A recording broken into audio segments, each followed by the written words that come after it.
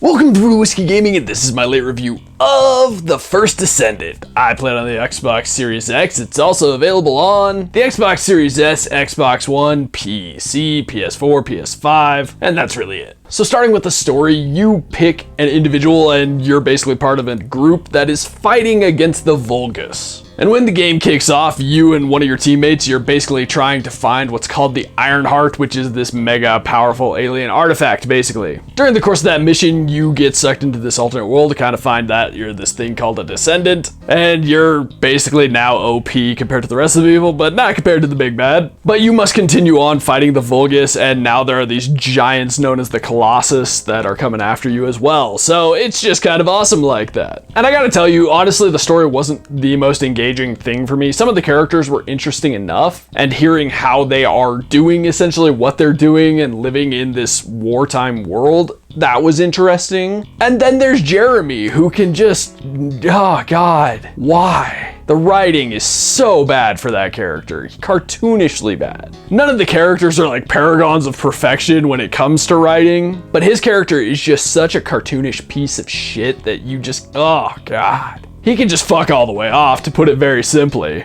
He's the kind of character that just puts hate in your heart, and quite frankly, in my opinion, he honestly kind of drags down the experience. Which sounds a bit extreme, but seriously, he's such an awful character that anytime you have to interact with him for missions or he jumps in on comms that you can't skip. I skipped any conversation with him after a while because I was just sick of his shit. There is no redeeming of that character at any point in time, in my opinion. I don't give a fuck. There aren't many times where I hated characters as much as I hated Jeremy, but man, did I hate him. Let's move on to the audio. And the first things first, the voiceover work is fine. None of it's gonna blow your mind and make you just go, wow, this is the greatest thing I've ever heard. I will say, whoever did Jeremy's voice did an awesome job making him the absolute piece of shit that he is, but that also then just makes you hate the character even more and wish it wasn't in the game. As for the music, I think the music's good enough. It's nothing that I'm going to remember. In fact, I barely remember it right now. I will at least say that I appreciate that there's some background music when you're running around the world doing the missions and whatnot, which I always enjoy. Doesn't need to be in every single game. There are some games where it works, but this is one of those games where having background music works. And as for the sound effects, I think they all work very well. There weren't any that really blew me away. I don't think I really noticed anything missing. I think they're fine. I don't think you're gonna sit there and go, the sound design in this game will just change your life. Let's get into the gameplay mechanics and whatnot. And the first thing I'm gonna say is this is a third-person shooter that is very much a looter shooter and freemium. Now let's address that. It's not pay to win in any way, shape, or form, because right now at least there isn't a PvP element. Really, it's kind of pay to lose, I would say. I've seen that term tossed around, and I don't entirely disagree, because basically if you pay to unlock some of this shit, you're really just rushing through the game and the grind, which, I mean, looter shooters are really kind of all about the grind. So if you're rushing through that, then you're rushing through the game, making the game pointless. Gotta say, bold strategy, Cotton. But that being said, you basically get your mission, you go to a zone, you complete the 3 main missions in that zone, which you can replay at any time, and there are some other like side missions to do. And then you go to the next area in that zone, do the same thing, next area in the zone, do the same thing, and then you unlock the dungeon. And honestly, for me, the dungeon had the best part of the game because the missions in the zone, they were very much rinse and repeat. It's a kind of repetitive game loop, I'm gonna say. Not that I necessarily mind, because I gotta say this is a grindy game, and if you're playing with a friend, it's actually a lot of fun to burn through the grindy game. If you were trying to do this solo, I could really see how that would get on your nerves, but in the right situation, it's not necessarily like just death. One thing I did run into, my friend and I were playing one of the dungeons, and it's the matchmaking. If you go private, it's just you and whoever you're teamed up with already, but if you go public, it'll put you in there with, you know, however many players you need to fill in your team. And the matchmaking can be kind of crap. For the most part, we wound up with people around our level, so it worked out well, but we did run into one where we wound up with people who were a solid 13, 14 levels higher than us and higher than the dungeon really required. And so the dungeon basically got burnt through with my friend and I doing nothing.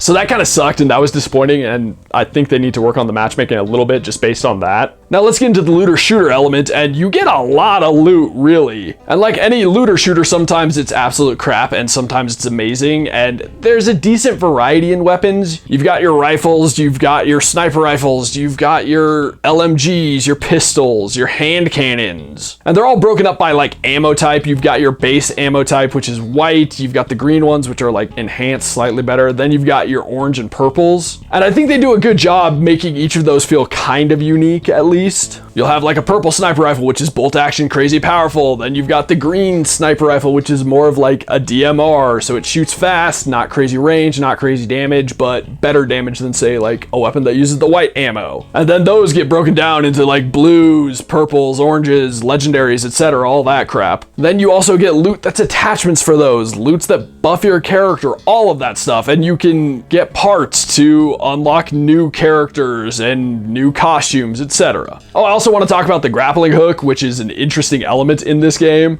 because early on, and generally when you're out in the opener areas rather than the dungeon, it's not the most useful thing. There are a couple of maps where you really need it, but at first I didn't think I needed it at all, and then suddenly they just slap you in the face with dungeons and a couple of levels where you really need it, and suddenly you need to kind of master it. But I did have some issues with it where sometimes my character would, I'd launch it and they would grapple and then like mantle up. Other times they wouldn't mantle up and I fell to my death. So you always kind of had to be prepared for that, which was annoying. As for the different characters, they have different abilities. Bunny is one of the ones that I unlocked, and she's all super fast. She has some lightning based abilities, which I liked, but I wasn't in love with. But I did like that she played very differently than the main character I was using, whose name I don't remember. He used a bunch of different grenades and I thought that was cool, and they just kind of recharged over time, whereas Bunny's abilities, because she's all about moving and speed and all that crap, her abilities are based on her remaining moving. So I did like that, and I thought it added a different element to the game. They do have basically classes. A lot of them are really kind of DPS, but you do have some healing class, you have some tank classes, etc. And I will say they all kind of balance out and do actually benefit each other, or at least based on my experience. Not that the game is crazy challenging. We did run into a couple of harder spots, but I think that makes it a little easier for everything to balance out. Now, while I don't necessarily mind a grindy game, sometimes it's fun to just kind of turn off your brain and go into it. I did really enjoy the co-op element and playing with my friend, and that made the grindy nature also more enjoyable because you're sitting there shooting the shit and having a good time, joking, all that crap. But if you're not into a grindy thing, well, then the gameplay mechanics of this game are really gonna wear you down. You're not gonna enjoy it. Let's move on to the controls, and I really have zero complaints with the controls. I'm trying to think if I ever ran into an issue where I felt like the controls screwed me over, and I can't really think of one. You know what, I do take that back. There are times where you can kind of get stuck on parts of the world that you don't think you'd be stuck on, and then you can't jump the way you need to or at all. So I don't know where we want to put that, but we'll toss it here. Then let's move on to the graphics, and I think it's a good looking game. I don't think it's like phenomenal, gonna blow you away in every way, shape, and or form, but I do think it's a good looking game overall, and I do think they put some really good details into the characters that you play as, and not necessarily the same amount as they put into all the other characters throughout the game. Like, some of the side characters clearly don't have the same amount of detail in just some things like hair, and basically hair, really. Facially, a lot of them have a good amount of detail in their expressions, in wrinkles, pores, just all of that. Fabric has a ton of detail, but characters like Bunny, you can see like stray hairs in her braid and things like that. They do clearly put an extra level of detail in the playable characters, but I thought they did a pretty cool job with like the cosmetics of the game, how you can switch up your characters to make them look different. Running around the world, like at first, yeah, there were a lot of similar looking people, but as we played, a lot of the characters started to look more diverse, a lot of the player characters, I should say. So there were probably people paying for cosmetics, but there were also people unlocking cosmetics and looking different, and I thought that was actually pretty cool, and it helps kind of mix everything up. As for the Vulgus and the enemy designs, I thought that was interesting, and it's kind of weird and inconsistent at the same time, because sometimes they're, normal alien fleshy things, and then other times they're robots. It's a weird mishmash of creatures and robots and stuff. The designs aren't necessarily mind-blowing on them, and they do get kind of repetitive, but like I've already said, this is a pretty grindy game in a lot of ways. Another thing I'm gonna add is I think the effects for the characters and like their different weapons I think that was well done, as well as the effects for the different weapons that you use and how they do look different. I don't necessarily love all the designs. Some of them are kind of weird and funky and unnecessary, but I think all of that adds to the overall experience and playability because you kind of want to see what this character is going to do and how they're going to do it and how it's going to look different. As for the world, I think it's all well done. It has an almost sci-fi apocalypse-ish vibe just because the war that's clearly been going on for a long time here. So you've got some destroyed areas and you can kind of see the story. I just don't think it's necessarily the most unique stuff that we've ever seen in a game like this, but I do think it works well enough. I don't think any of it looks like pure trash, but I also didn't necessarily feel like any of it was mind-blowing. So to wrap this up, I did overall enjoy this game, and like I said, it is very grindy, and if that doesn't appeal to you in the slightest, well, then you're not gonna enjoy this game. But if you're into grindier things, like a lot of looter shooters are and so on, this isn't necessarily top tier, but it's also free to download and play, so there's not a great reason not to.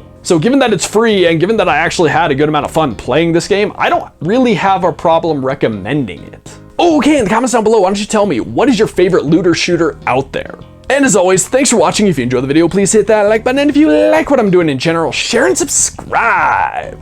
Have a good one.